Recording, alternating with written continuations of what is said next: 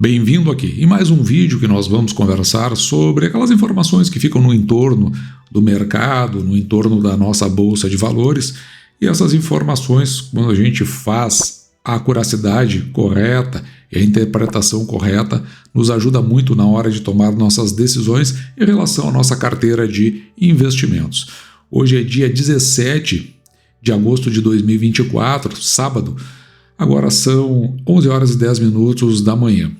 O mercado, na última semana, andou bastante faceiro, o governo bem comedido, e nós vamos dar uma olhada o reflexo que isso teve na bolsa e no mercado como um todo.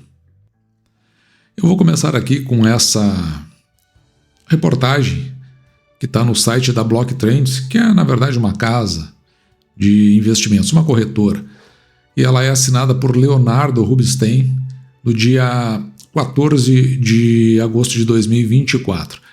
O que eu trago aqui de informação que me pareceu relevante é isso aqui, que o presidente da Argentina ele tirou o controle de aluguéis e, quem diria, a demanda de moradias aumenta. Isso porque já era esperado que quanto menos controle em cima do mercado sobre determinado qualquer item, aqui especificamente está se falando do aluguel, a tendência é que o mercado acabe se regulando. Quando tem uma imposição legal, uma imposição qualquer de controle, normalmente gera a escassez e, consequentemente, os preços acabam sendo elevados.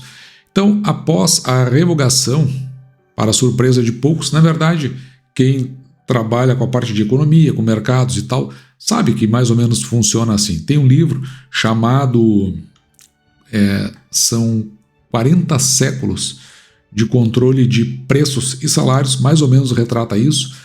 E eu tenho a versão aqui que são 4.000 anos de controle de preços e salários, porque eu tenho a versão em espanhol. Esse livro ele aborda direitinho essa questão. Então, após a revogação, para surpresa de poucos, houve um aumento significativo da oferta de imóveis para locação. Então, se tem aumento da oferta, normalmente a tendência é a queda do preço.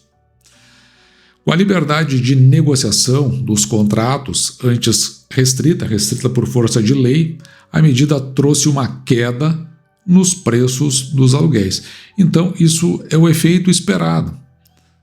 O que estava acontecendo, é que essa legislação foi por conta de uma tentativa do governo de fazer controle da inflação através do controle de preços. Por isso o livro, Controle de Preços e Salários. Desde que a revogação das leis de controle de aluguéis pelo atual presidente entrou em vigor, foi no dia 29 de dezembro, a oferta de imóveis para locação em Buenos Aires saltou a oferta, mais de 195%. Então tem lá o instituto deles que faz o acompanhamento dessas questões estatísticas. Essa lei que eu estava me referindo, ela foi implementada pelo ex-presidente Alberto Fernandes, anterior a Javier Milei. Portanto,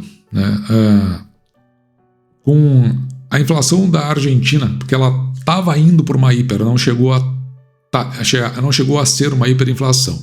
Com a inflação a 211%, maior índice em 32 anos, os preços dos aluguéis precisavam de ajustes a cada 12 meses. E os contratos tinham que durar no mínimo 3 anos. É a intervenção do governo. E, consequentemente, com uma inflação que está se sobrepondo mês a mês, claro que deixa de ser interessante para o locador ele, esperar 12 meses para fazer uma revisão de aluguel e, pior, ter um contrato que vai durar 3 anos numa economia que acaba se tornando instável por essas intervenções. Estima-se que 1 em cada 7 casas em Buenos Aires, por conta dessa lei, estava desocupada, ou seja, ninguém botou mais para alugar, já que os proprietários preferiam não alugá-las em pesos argentinos. Porque a consequência disso é que a moeda vai desvalorizando, então o sujeito aluga em peso, a moeda desvaloriza, aumenta a inflação, certamente o que se vai receber na passagem de um mês para o outro é, em termos reais, menos do que se tinha no mês anterior. Após a revogação, Buenos Aires viu dobrar o número de imóveis disponíveis para alocação e os preços dos aluguéis se estabilizaram. Em julho, registrou uma alta aqui de 2,2% mensalmente, progredindo abaixo da inflação. Aqui, evidentemente, que a matéria está citando, né, a importância de um livre mercado. Eu acredito sempre que tem que ter um controle do governo, mas não nesses níveis aí, chegar lá dentro do próprio negócio, naquilo que faz parte dos negócios. É simplesmente aquilo para que não vire um jogo tão aberto que acabe descambando para questões principalmente de cunho de corrupção. Então, um pouquinho ali, o governo, uma outra lei, até para, a partir das leis, dar uma base jurídica mais consistente, tanto para quem oferece um produto quanto para quem o adquire, para que, na hipótese de um litígio, se tenha que recorrer à justiça, mas com uma base legal que faz com que essa relação ela seja estável, né? E não uma coisa totalmente fora de contexto, que acaba espantando tanto o ofertante quanto aquele que está sendo o demandante. Nas notícias gerais, eu peguei essa notícia aqui da Finance News, ela é do dia 16 de agosto e é assinada pela redação do órgão aí de publicação. Caixa Seguridade, faz parte aqui da carteira do canal, Auren, que virá fazer parte, estão na segunda prévia do Ibovespa, na composição da carteira que é feita nessa composição de tempos em tempos. A Caixa Seguridade e a Auren vão fazer parte, em princípio. A segunda prévia da carteira do Ibovespa confirmou a entrada das ações da Caixa Seguridade e Auren. A prévia mostrou, por outro lado, a saída da Dexco. E os dados, eles são da operadora da Bolsa de São Paulo. A segunda prévia conta com 86 ativos e 83 empresas, que vai compor o Ibovespa lá no final. Então, veja que ele muda de tempos em tempos, né? Porque ele, lá no final das contas, só representa uma carteira teórica. Inclusive, se você quiser fazer um ETF, né, do Ibovespa, tem um ETF que simula essas mesmas carteiras que estão ali. No caso da empresa pagar proventos, sempre são recompradas ações. Bem nos primórdios, quando eu estava dando os primeiros passos na Bolsa, eu tive ETF da Bolsa do Ibovespa e foi bem interessante, assim. Mas claro, eu peguei um período em que realmente o Ibovespa estava numa condição favorável. Aliás, condição favorável que ele se encontra nesse momento. Essa nova carteira, então, que vai compor o Ibovespa, ela entra em vigor no dia 2 de setembro e vai valer até 31 de dezembro. Então a gente consegue enxergar aí que ela tem essa sua composição aparentemente realinhada quadrimestralmente. Com relação à Vale, veja que na próxima carteira a Vale terá um peso um pouco menor no índice, passando de 11,2% para 10,7%. E aqui é porque as duas empresas que têm maior peso, né, veja que a composição aqui se dá em termos percentuais, é justamente a Vale e a Petrobras. São essas duas empresas. Então qualquer oscilação nessas empresas faz com que, às vezes, o índice ele tome proporções significativas, mesmo que isso não reflita no caso da sua carteira. Uma outra informação interessante aqui é da Petz, porque no dia de ontem, aqui mais ou menos 1h20 da tarde, a Petz estava saltando 20,29%, cotada a R$ 4,14, depois de ter dado andamento na combinação de negócios que ela está fazendo com a Cobasi. Então o pessoal que gosta desse segmento, né, gosta de investir, isso é uma espécie de um varejo, só que voltado para o ramo de pets. Parece que ele tem uma fatia de mercado interessante ainda a ser conquistado, principalmente quando se pega a maior empresa dos Estados Unidos. O pessoal gosta de fazer esses comparativos, mas tem muito aí que andar e basta você olhar principalmente nas cidades, o que tem, antigamente se tinham as agropecuárias, agora tem as pet shops, né? Então você olha ali e você vai ver como isso tem acontecido em alguma escala dentro das cidades, mostrando que tem um mercado interessante pela frente. Mas não é o caso aqui da carteira do canal, nós somos bem mais conservadores, né? Não. É importante olhar para isso, mas a gente busca outras formas de construção da carteira. BB Seguridade, essa sim faz parte da carteira do canal, teve sua Datacom para ter direito ao dividendo, que vai ser pago. Essa Datacom foi aqui no dia 16, portanto na sexta-feira, hoje é dia 17, como eu disse, no dia de ontem. Então, até o fechamento do pregão você teria que ter essa ação. Isso aí a gente fala aqui sempre no canal, toda vez que sai uma declaração de dividendos, então a gente mostra essa Datacom. Quem está com a ação, né, porque a gente está falando do fechamento, então, portanto, você hoje, é sábado, você vai estar com a ação. Vai pagar aqui quase R$1,40 por ação, que vai acontecer no dia 30 de agosto. Será uma boa oportunidade para a carteira do canal, nós vamos mostrar aqui no momento que for pago. Hoje é dia 17, então nós temos aí 13 dias pela frente até esse pagamento.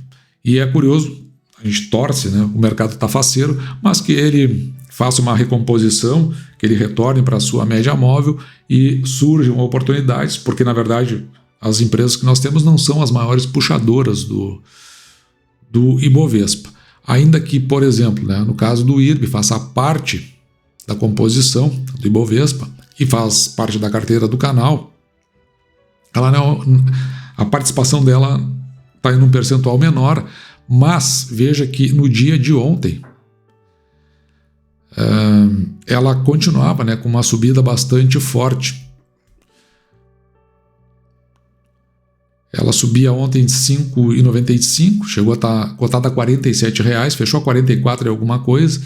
No momento que eu estava fazendo esse vídeo, que era 1h17, a R$45,02, mas na quinta-feira ela chegou a estar mais do que a Pets, inclusive 30,6%. Isso aí, inclusive, fez elevar de forma consubstancial o patrimônio aqui do canal, mas o que acontece? A gente já vinha analisando, avaliando a empresa e sabia que era uma questão de tempo para ela dar aquele salto, uma vez que nós não fomos contaminados com o negativismo que aconteceu no mercado para as seguradoras por decorrência do que aconteceu no estado do Rio Grande do Sul.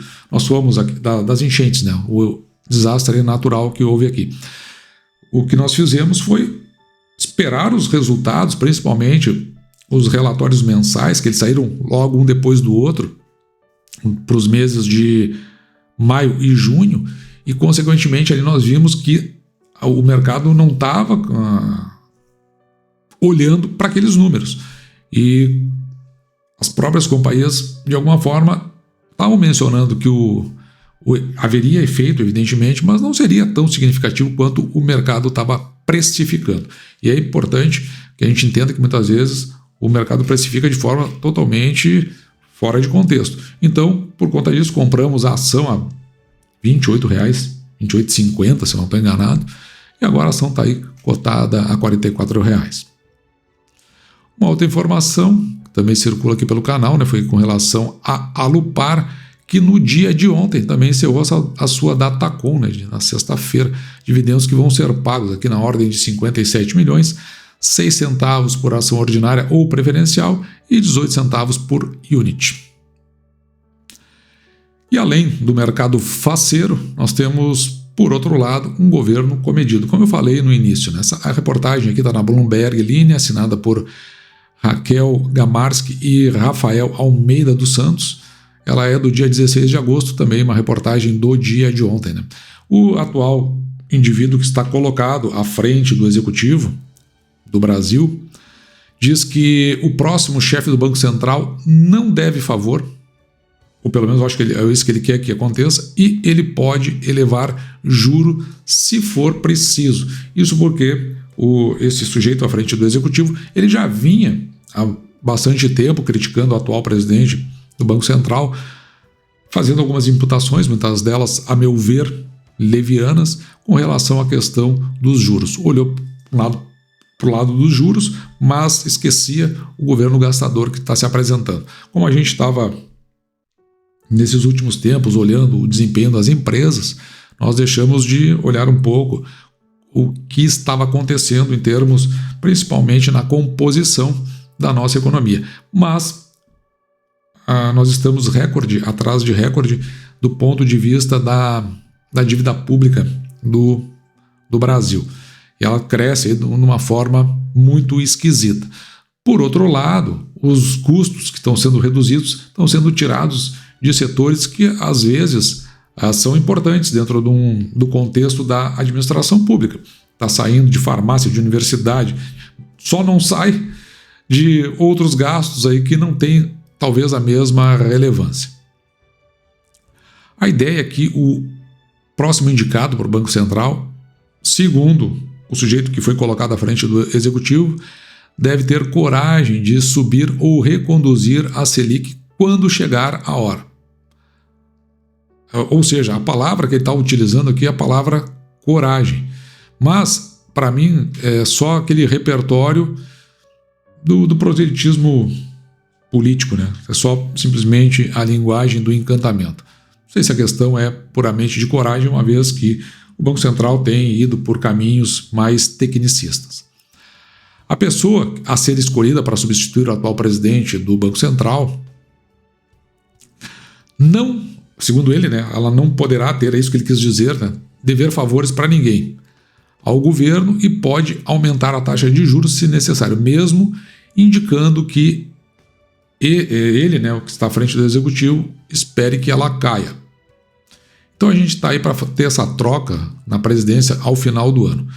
Os discursos do atual sujeito colocado à frente do Executivo têm sido positivo em relação à política monetária e ao Banco Central há alguns dias. Aquilo que eu falei, está mais comedido. Isso aí ajuda quem trabalha no ambiente de risco. Não sei se foi por causa disso, mas o dólar deu uma bela recuada e a bolsa deu aquela crescida. Pode ser que tenha sido porque o mercado ele de vez em quando toma sorvete pela testa, né? Ele acredita nessas questões muito pontuais e acaba ficando mais faceiro. Mas não é só isso. Eu acho que o mercado internacional como um todo olhou a nossa bolsa depreciada e, claro, viu ali que tinham indicadores próprios para fazer uma caminhada mais especulativa. Pelo menos é a minha leitura. Depois, com o tempo, nós vamos ver isso aí. Por outro lado, aqui tem alguém que foi entrevistado, né? Ele diz que as declarações foram o mais recente sinal de que o forte enfraquecimento que houve para o real lá atrás, com a subida do dólar, né, e no início de agosto causou mudança de tom no governo. Eu, sinceramente, acho que o governo não deu a mínima para isso. Ele sabia muito bem o que estava fazendo quando fez as suas declarações totalmente estapafúrdias e agora volta para uma linha normal, já sabendo que faria isso com o mercado. Pelo menos a leitura que eu faço do tempo que eu tenho acompanhado esses políticos. O Palácio Residencial estava em pânico com o dólar forte e agora está falando a língua do mercado. Também engane-se quem quiser com essa conversa. Ao mesmo tempo que o sujeito que foi colocado à frente do Executivo reiterou sua opinião de que não há explicação para a decisão do Banco Central manter a taxa Selic nos seus atuais 10,5% ao ano, ele também disse que trabalha com a expectativa de que a taxa de juros comece a cair para que se possa ter mais tranquilidade. Então, de certa forma, ele está dando aquela mensagem, olha, tá bem, eu não acho que devia estar nesse patamar, acho que nós vamos colocar aí um novo presidente, logo em seguida, né, que pode ter essa flexibilidade, essa coragem, conforme ele disse. Aliás, uma questão aqui, falando em favores, o atual presidente não me passa confiança nenhuma também. E acho que ele deve alguns favores, sim. Nesse sentido, eu acho que o atual sujeito colocado à frente do Executivo, ele tem alguma razão. Mas não acho que vai mudar muita coisa com o escolhido dele. Ele acha que não tem favores, mas não sei. Os indicativos que, pelo que a gente aponta aqui no canal, dizem que sim. Até porque ele é uma indicação do atual presidente do Banco Central. Os formuladores aqui, de política monetária, né, eles indicaram no início do mês que não hesitarão em aumentar a taxa de juros se necessário, que é uma expectativa que o mercado está tendo. O aumento na taxa está na mesa, e isso quem diz é o indicado mais forte, pelo menos o nome que está surgindo mais forte, e que todos os membros da diretoria farão o que for preciso para reduzir a inflação de volta à meta, ou seja, eles não vão hesitar em aumentar a taxa de juros. À medida que o atual governo aumenta gastos públicos, que aqui está o X da questão, como eu disse anteriormente, os diretores do Banco Central lidam com um cenário de forte demanda doméstica. Isso por conta aqui da taxa de desemprego baixo e o custo de serviços resilientes. Então, em outras palavras, estão dizendo que eles esperam uma continuidade no aumento da curva de inflação. E isso, nós voltamos lá para aquela matéria do início, pode levar numa eventual interferência do governo sobre várias questões, principalmente quando tiver o seu nome. O mercado como um todo ele fala muito, né, sobre um Banco Central, primeiro independente e depois o Banco Central autônomo. Sinceramente, na minha modestíssima opinião, nem deveria existir Banco Central. E se ele é para ser independente e ser autônomo, então ele não precisa ser um banco público, ele pode ser privado. Esse é todo o indicativo. E se ele pode ser privado, por que teria um Banco Central? É a razão mais clara desse instrumento, né, vamos dizer assim, que se tem aí e que, na verdade, ele é normalmente um fator de movimentação em favor das intenções do governo, que normalmente eu não digo, mas em muitos casos não são as mais nobres. Enfim, até o final do ano, se as coisas se mantiverem nesse patamar, se tem uma expectativa de um mercado crescente e, claro, nós estamos num período eleitoral, pode surgir eventuais pataquadas do governo. Nesse momento nós estamos indo para a renda fixa, fazendo a nossa reserva de oportunidade, que nos permitiu fazer muitas compras, desde que houve essas turbulências todas que nós relatamos. Agora, na estabilidade, a Bolsa volta para um outro patamar, mas num período que nós vamos entrar, não estão descartadas as pataquadas do governo. E ali talvez surjam as oportunidades e nós voltamos a fazer aportes mais significativos naquelas ações que fazem parte da carteira do canal. Pelo menos é a leitura que nós estamos para esse momento. E dito isso, eu vou ficando por aqui, espero que você tenha gostado. Me despeço de você, desejando que você fique com Deus e deixando, como sempre, o meu grande abraço.